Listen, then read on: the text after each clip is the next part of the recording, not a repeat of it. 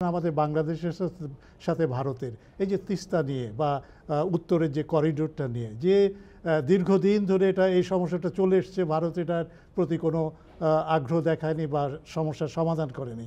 এবং যে সমস্যাটা তারা সমাধানের যে পথ দিয়েছিল সেটাও কিন্তু আমাদের বাংলাদেশের জন্য খুব একটা যে উপকারী ছিল বা আমাদের স্বার্থকে রক্ষা করতো সেটাও না। সুতরাং একটা ক্ষুদ্র দেশের যে সমস্ত চাওয়া পাওয়া, ফারাক্কাবাদ বাদই দিলাম আমি, এই চাওয়া পাওয়াটা যদি একটা বৃহৎ দেশ যদি সেটা তার প্রতি যদি সতর্ক না হয় বা মনোযোগ না দেয়, তাহলে নানা ধরনের ভুল বোঝাবুঝির সৃষ্টি হয়।